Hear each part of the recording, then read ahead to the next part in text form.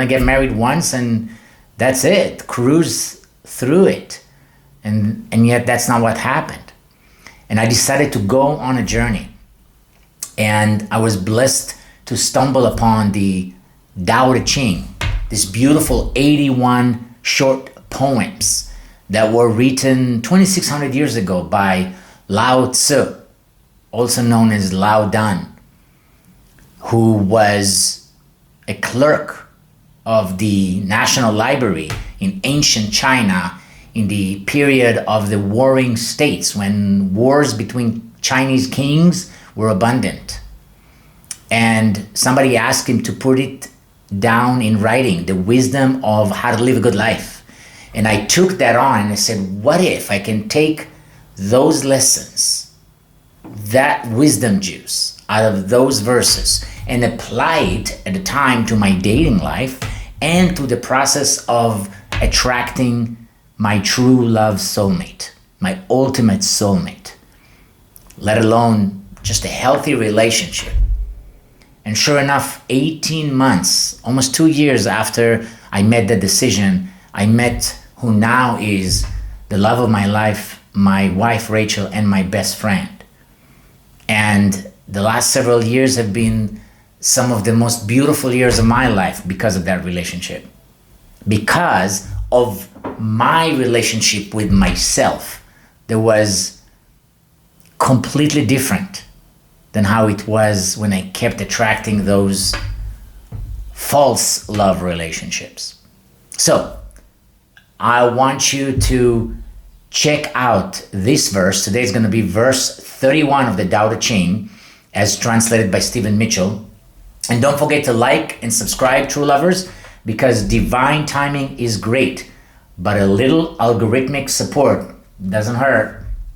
So, verse 31, open quote. Weapons are the tools of violence.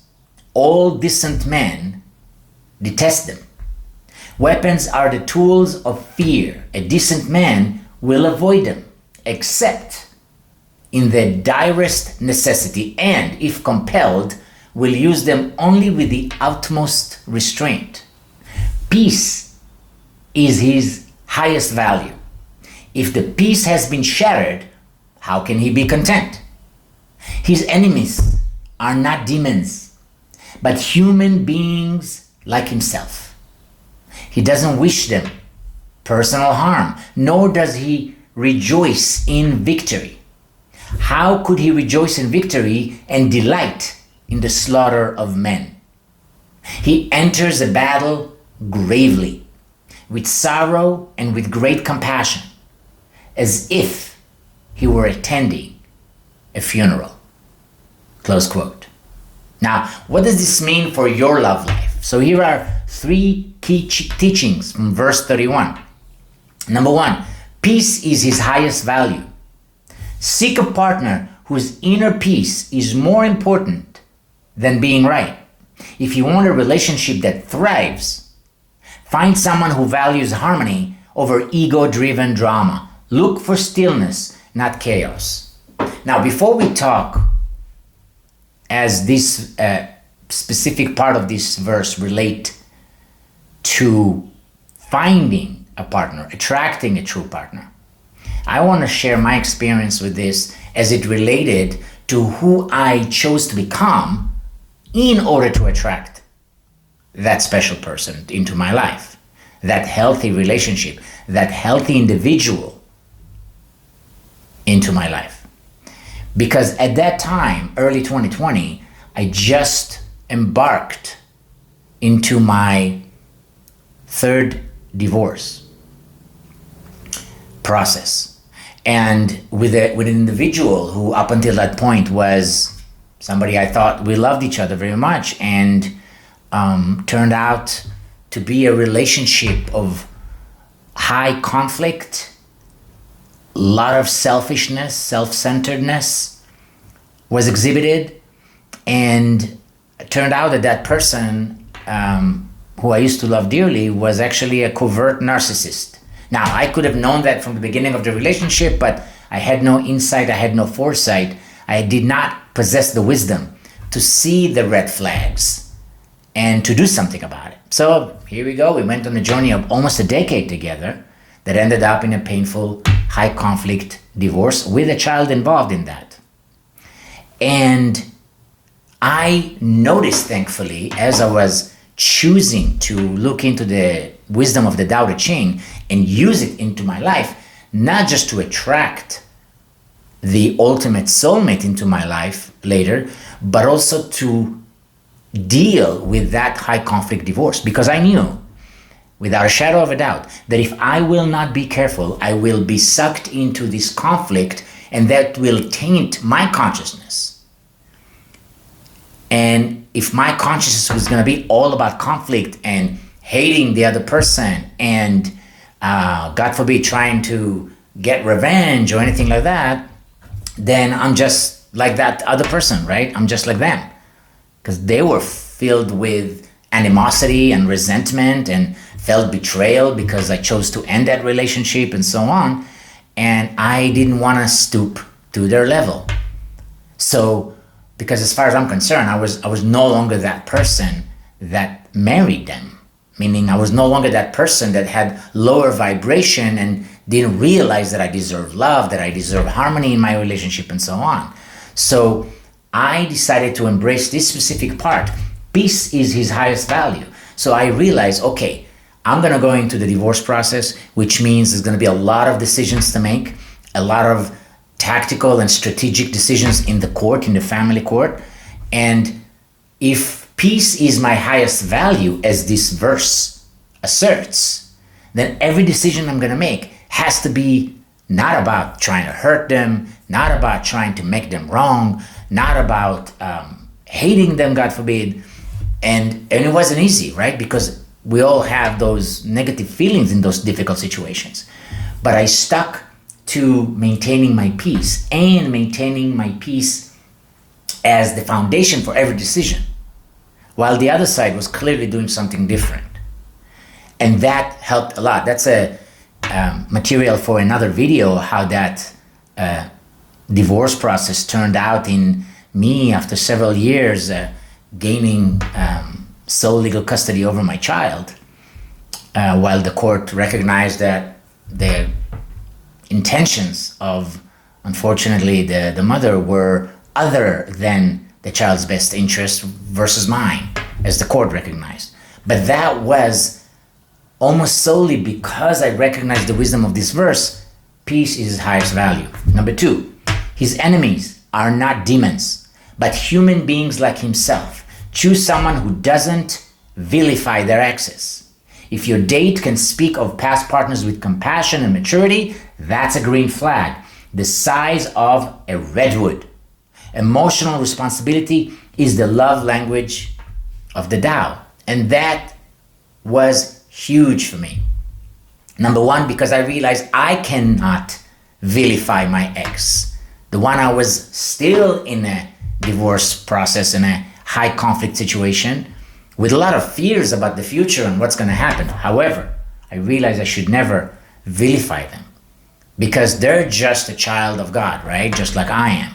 So they made decisions the best they could with what they know and with whatever consciousness level they possess. So it wasn't easy. I'm not going to say it was easy. I'm not going to say there were not point of time that I was triggered and upset and filled with resentment, but I did my best to recover from that as soon as I could, so that my decisions will not be from the wrong place, but hopefully from a more giving place. If not for her, then giving place for my child, because she was still his mother, will always be his mother. And then on the other side, as I later met the love of my life, my now wife and best friend, Rachel, and we were having amazing conversations in the first few months as we were getting to know each other. She had her negative experiences with her exes, right? So I was listening to how she was talking about her exes, and also how she was talking about her own family members with all kind of tough family situations that she had in her younger years, like a lot of us do. And yet I didn't see her talking in any way that was very negative about those people, whether it was her exes or family members, which she loved dearly. But she wasn't vilifying her exes, and there was a green flag for me. There was a sign that indeed, even as she was recollecting her past negative experiences, she was taking responsibility for those experiences, because guess what? We are all the cause of our life experience. And when people think, no, it's somebody else's fault, that's not my fault, that was their fault. If they didn't do this, this wouldn't have happened. No. We have our karma and we have our experiences to go through so that we can learn the lesson that we need to learn and upgrade our consciousness. Number 3, he enters a battle gravely, with sorrow and with great compassion. Choose someone who approaches conflict with care, not combat. A real soulmate doesn't turn disagreements into duels. They show up with softness even when it's hard. That's a warrior of the heart, not the ego. So again, lots of experiences to share with you guys. I'm gonna try to just pick one or two. So again, as I was sharing, some of you may have been through breakups, some of you may have been through divorce, some of you are going through a divorce right now. And it does feel like a battle, and to some extent it is. It feels like a battle when you go through those situations. And I had, in the last several years, even though the divorce has been finalized years ago, there's still some family court hearings for me here and there, and every single hearing that I went to kind of felt like a battle, certainly felt as something to worry about, certainly felt as something that you were concerned what would be the outcome of it, right? There was a lot at stake. And a neighbor seems to be happy, a neighbor's child. And as I went into those hearings, I made sure to meditate first, to center myself with the right vibration, the right consciousness, and to increase the likelihood for a positive outcome.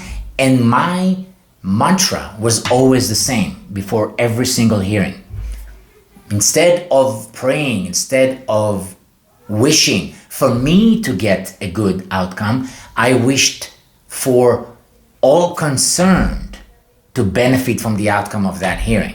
So again, entering this hearing, which might feel like a battle, court hearing, with great compassion, not just for myself, but for the other side as well. And you want to look for somebody as a potential life partner, somebody who is capable of doing that, who is capable of seeing that they're not the only one that their interests should be addressed, but there's other people around them that it should be a win-win situation for all. So, 10, those of you that stuck around until this portion of the video, thank you. And here's a little gift. 10 soulmate calling affirmations declaring, I am love. Feel free to go repeat along with me. I am love, and I attract love effortlessly. I am love, and my heart is a magnet for aligned partnership. I am love, and I walk in compassion and grace. I am love, and I call in a relationship rooted in peace. I am love, and I choose a partner who reflects my light. I am love, and I allow divine timing to guide my heart. I am love, and I communicate with kindness and clarity.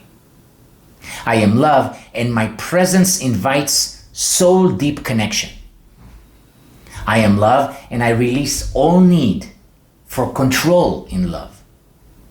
I am love, and I welcome the one who sees my soul. True lovers, if this video gave you that, oh, that's why I dated that amateur philosopher with the gong collection kind of insight, go ahead and like, comment, share, and subscribe to Be Love Media. Help us ripple out more Tao, more truth, and more totally epic soulmate vibes. And remember, you are love. So maybe your soulmate's just waiting for you to remember that before they stop being a Himalayan goat herder. Until next time, be gentle, be cosmic, and above all, be love.